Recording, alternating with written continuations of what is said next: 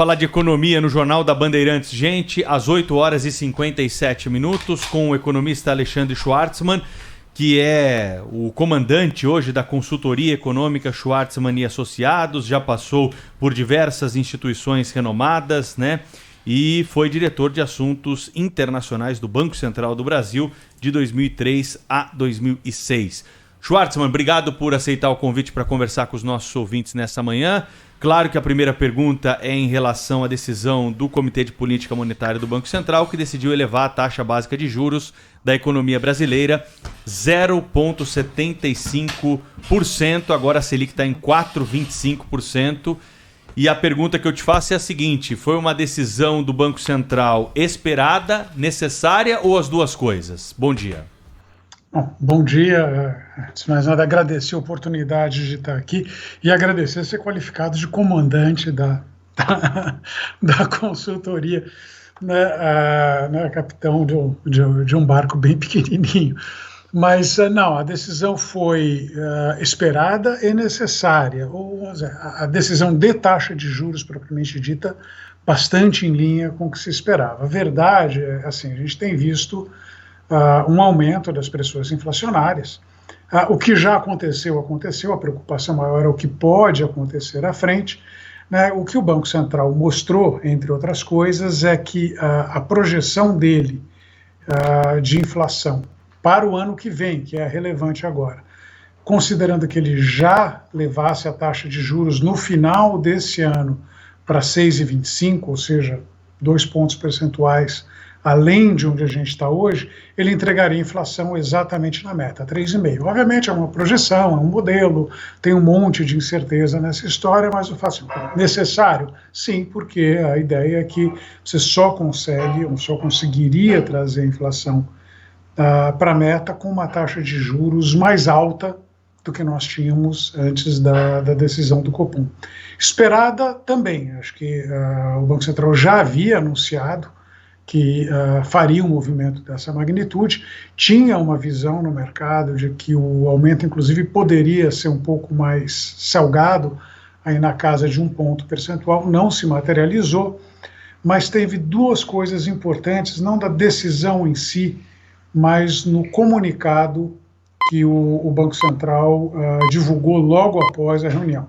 O primeiro deles também não tinha sido anunciado, mas era esperado. Quer dizer, o Banco Central, até a reunião passada, falava em normalização parcial da taxa de juros, que ali em banco centralês, né, aquela linguagem meio incompreensível, às vezes usada pelos bancos centrais, né, significava que ele não pretendia subir a Selic até o nível que ele considera neutro, que é em torno de 6,5%, que ele pararia antes. Isso ele jogou fora. Então, ele não tem mais um compromisso com não subir a taxa de juros até abaixo de 6,5%. Ele, na verdade, falou que na cabeça dele hoje, mais ou menos é 6,5% o tamanho onde ele pretende parar o ciclo de aperto monetário, mas ele disse, olha, isso aqui não é compromisso nenhum. A gente vai subir até garantir que as expectativas de inflação para o ano que vem convirjam para 3,5%.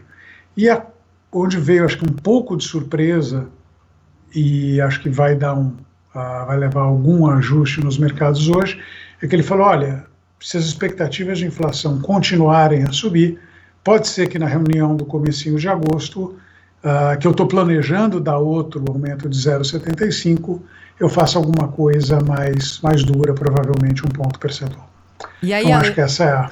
Opa, diga, Thaís. Não, deixa eu pegar a carona no que você está falando, Alexandre Schwartzman, e te perguntar o seguinte, olhando para frente, consequências dos juros já mais altos agora e com tendência de alta até o fim do ano, com o capital investido mais bem remunerado e empréstimos também mais caros. Qual que é a consequência geral que você enxerga disso para a economia brasileira?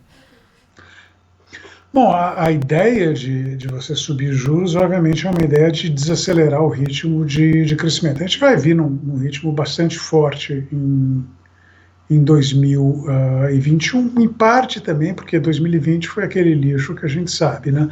Mas o Banco Central tem uma ideia de que a economia já vem numa trajetória boa de recuperação, e a ideia dele em trazer a taxa de juros exatamente para esse nível neutro, é um nível que é consistente com um crescimento em torno do que a gente acredita ser o potencial da economia brasileira, em torno de 2, 2,5. Então ele está tentando calibrar a política monetária para fazer com que o ritmo de crescimento hoje na casa de 5,5%, e em 2022 vai desacelerar para algo na casa de 2,5%. A ideia é que se você fizer isso, você consegue manter a inflação razoavelmente próxima à meta de 3,5% para o ano que vem. Schwartzman, Eduardo, bom dia a você, bom dia, gente. A frase que você fala para o que você falou, né, como justificativa para o aumento de juros, para o leigo soa muito estranha, né? O Banco Central aumenta os juros para reter o crescimento, para segurar. Mas não é tudo que a gente quer o crescimento, né? Não é tudo que a gente quer que cresça para ter emprego, para que as pessoas possam, né, melhorar a condição econômica, para que as empresas, né, tenham mais condição de investir. Como é que se equilibra essa coisa? O Banco Central, ele pensa só nos juros porque ele pensa só na inflação, né? E também é difícil de entender para quem não tem mais o conhecimento que vocês têm. Como é que vai ter inflação se ninguém está comprando nada? Ou se ninguém comprou nada durante tanto tempo? Bom, vou começar pelo fim porque ela é mais fácil. Ninguém comprou nada, a inflação está em 8% nos últimos 12 meses. Então, assim, como é que pode? Mas alguma coisa está acontecendo. Não é o dólar? Né? Não é o petróleo? Não é o dólar, não é o petróleo? O dólar, é o petróleo, mais recentemente energia elétrica. Veja, mas o Banco Central não está lutando contra essa inflação. O Banco Central fala, eu não quero aqui aumento de petróleo, de dólar, de commodities, de energia elétrica, vire aumento de preços lá na frente. Esse é o que ele está dizendo. Tanto é que a gente estamos com 8%, o Banco Central está dizendo, olha, ano que vem a inflação vai ser 3,5%, então ela vai... supostamente vai desacelerar, mas ela não desacelera sozinha. Ela desacelera porque tem alguém ali controlando a economia. Agora, a gente não quer, claro que a gente quer crescer. A gente, obviamente, quer crescer é melhor do que não crescer. O ponto essencial da história é assim, quanto você consegue crescer de uma maneira sustentável, né? Quer dizer, você quer crescer, mas você não quer, ao mesmo tempo que você está crescendo, levar a grandes desequilíbrios, seja do ponto de vista de inflação, seja do ponto de vista de contas externas. Porque eu digo isso, se for olhar ali o meu exemplo favorito, é um Banco Central que estava se comportando mais ou menos da forma que você sugeria, que era o Banco Central enquanto o Alexandre Pombini era presidente, né? Que ele obedecia o que a Dilma mandava ele fazer, a inflação subia, ele não subia a taxa de juros, etc. O que aconteceu? O que aconteceu foi que a inflação começou a descolar, né? Então, a época, a meta de inflação era, se não me engano, 4%, 4,25%, 4,5%, não lembro, alguma coisa assim. Mas no período Pombini inteiro, a inflação ficou para cima da meta. Aí, para segurar a inflação, o que eles fizeram? Não, a gente segura preço de combustível. Aí você vai quebrando a Petrobras. Aí você segurou o preço de energia elétrica. Aí você foi quebrando o setor elétrico, né? E a economia, né? Aí, para segurar a inflação, eu vou segurar o dólar. Aí vendeu um caminhão de dólar no mercado futuro, né? E foi basicamente tensionando. Aí, quando se percebeu que essa coisa toda era insustentável, o que teve foi que a inflação estilingou, né? Então, quando teve que reajustar preço de combustível, preço de energia, teve que soltar o dólar, porque estava tudo desequilibrado, a inflação foi para 12%. Foi para 12% e a economia passou por uma recessão de 2 anos e pouco, quase 3 anos, no comecinho de 2014 ao final de 2016. Então, a gente quer crescer, mas a gente não quer gerar desequilíbrio ao longo desse processo.